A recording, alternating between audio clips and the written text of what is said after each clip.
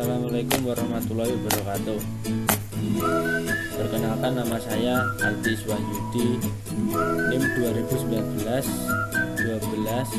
0905 dari kelas akuntansi 4B, mata kuliah pengauditan 1. Guru pengamu Ibu Alfiani Nurhidayati, SE MSI AKT. Dalam hal ini saya akan menceritakan kasus Enron dan KAP Arthur Andersen. Pertama yaitu kasus Enron. Latar belakang: Enron merupakan perusahaan dari penggabungan antara Internord atau penyalur gas alam melalui pipa dengan Houston Natural Gas. Merger ini dilakukan oleh pembisnis Kenneth Lay pada tahun 1985.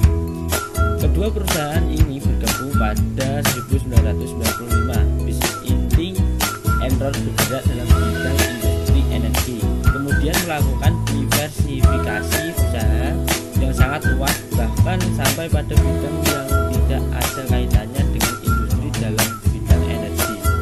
Enron memiliki konsultan manajemen yaitu Arthur Andersen. Arthur Andersen merupakan perusahaan akuntan publik yang juga mengaudit laporan keuangan Enron. Pada tanggal 2 Desember 2001, Enron yang merupakan perusahaan industri terbesar ke-7 di Amerika, yang merupakan perusahaan energi perdagangan terbesar di Amerika, menyatakan kebangkrutannya. Kebangkrutannya ini tidak disebabkan oleh perekonomian dunia yang melemah, namun disebabkan oleh kesalahan fatal dalam sistem akuntan mereka. Dalam hal ini, Enron dan KAP Arthur Andersen bekerjasama memanipulasi laporan keuangan Enron.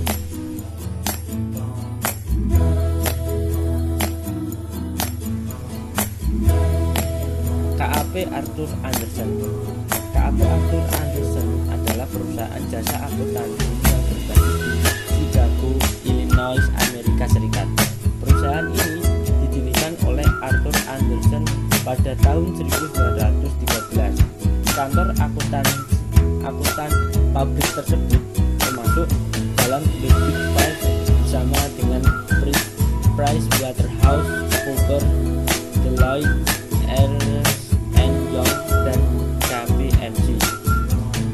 Arthur Andersen menjadi auditor eksternal Enron sekaligus konsultan manajemennya dengan bayaran 5 juta US dollar untuk biaya audit dan 50 juta US dollar untuk biaya konsultasi. Hal inilah yang menyebabkan konflik kepentingan di tubuh Arthur Andersen sendiri, karena pembayaran atas jasa yang dilakukannya terlampau besar sehingga memunculkan kurangnya independensi dalam proses pengauditan laporan keuangan Enron, sehingga pada tahun 2002 perusahaan ini secara sukarela menyerahkan izin kreatifnya kepada kantor akuntan publik setelah dinyatakan bersalah dan terlibat dalam skandal Enron dan menyebabkan 85.000 orang kehilangan pekerjaannya.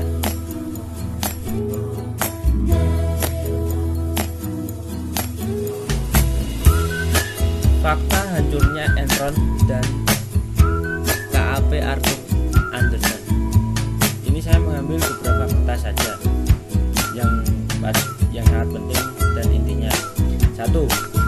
Pada awal tahun 2001, partner KAP Andersen melakukan evaluasi terhadap kemungkinan mempertahankan atau melepaskan Enron sebagai klien perusahaan, mengingat resiko yang sangat tinggi berkaitan dengan praktek akuntansi dan bisnis Enron. 2. Pada tanggal 16 Oktober 2001, Enron menerbitkan laporan keuangan triwulan ketiga.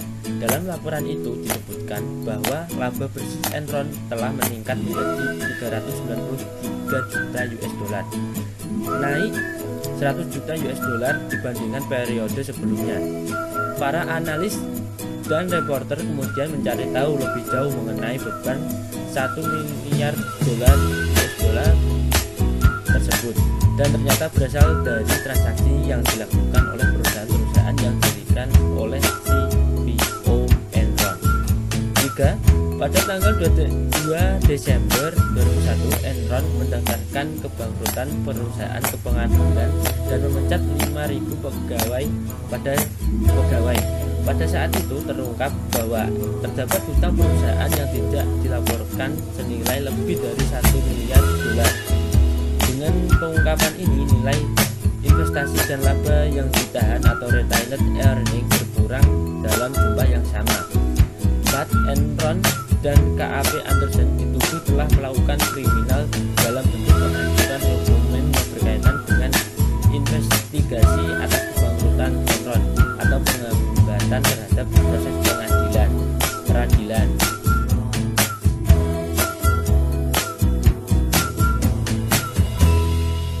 Masih dalam pembahasan fakta hancurnya Enron dan KAP Arthur Andersen. 5. KAP Andersen diberhentikan sebagai auditor Enron pada pertengahan Juni 2002. Sementara KAP Andersen menyatakan bahwa penugasan audit oleh Enron telah berakhir pada saat Enron mengajukan proses kebangkrutan pada 2 Desember 2001.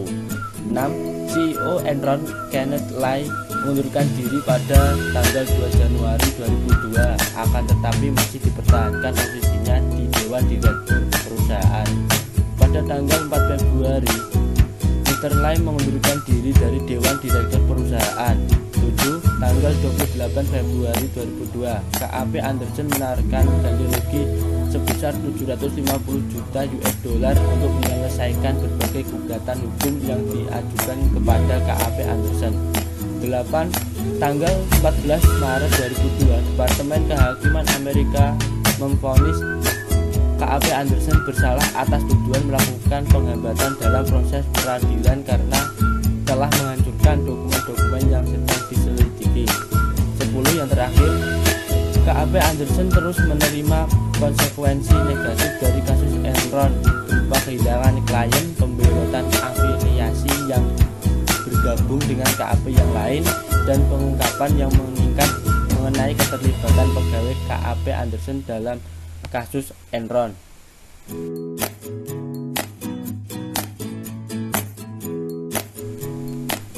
Pembahasan masalah. Menurut teori Freud, ada 3 komponen utama yang menyebabkan orang melakukan kecurangan, manipulasi, korupsi, dan sebangsanya atau perilaku tidak etis, yaitu 1. Opportunity, pressure, rationalization.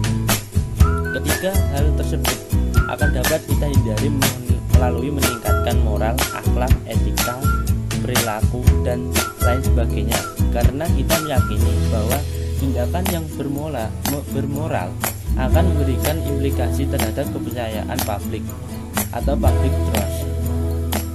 Praktik bisnis Enron yang menjadikannya bangkrut dan hancur serta berimplikasi negatif bagi hanya banyak pihak yang dirugikan dari kasus ini tidak hanya investor Enron saja, tetapi terutama karyawan Enron yang menginvestasikan dana pensiunannya dalam saham perusahaan serta investor di pasar modal pada umumnya atau social impact.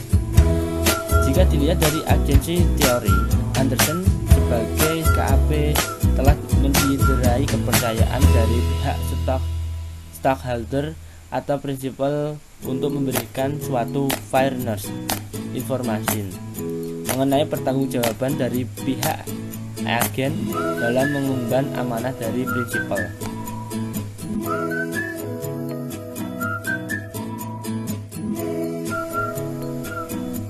Dampak kasus Enron dan KAP Arthur Andersen.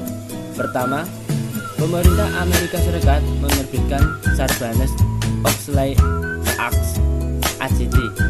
atau yang disingkat SOX untuk melindungi para investor dan auditor. SOX melarang pemusnahan atau manipulasi dokumen yang dapat menghalangi investigasi pemerintah kepada perusahaan yang menyatakan bangkrut. Ketiga, International Federation Accountants atau IFAC pada akhir tahun 2001 merevisi kode etik bagi para akuntan yang bekerja agar menjadi wage whistleblower. Keempat dan terakhir, Indonesia sendiri tidak terlepas dari pengaruh skandal tersebut, sehingga berbagai pihak seperti IAI dan Bapepam kini tengah membahas pengawasan kompetensi dari akuntan publik, terutama yang terlibat di pasar modal Indonesia.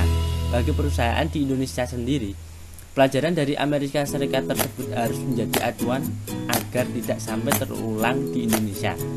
Ini merupakan dampak yang saya ambil dari beberapa dampak yang disebutkan.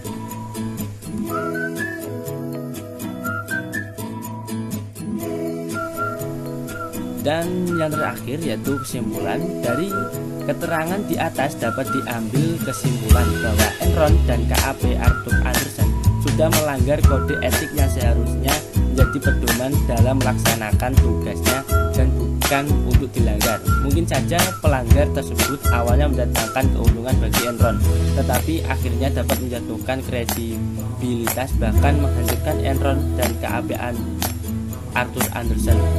Dalam kasus ini, KAP yang seharusnya bisa bersikap independen tidak dilakukan oleh KAP Arthur Andersen, karena perbuatan mereka inilah kedua-duanya menuai kehancuran, di mana Enron bangkrut dengan meninggalkan hutang miliaran dolar, sedangkan KAP Arthur Andersen sendiri kehilangan keindependensiannya dan kepercayaan dari masyarakat terhadap KAP.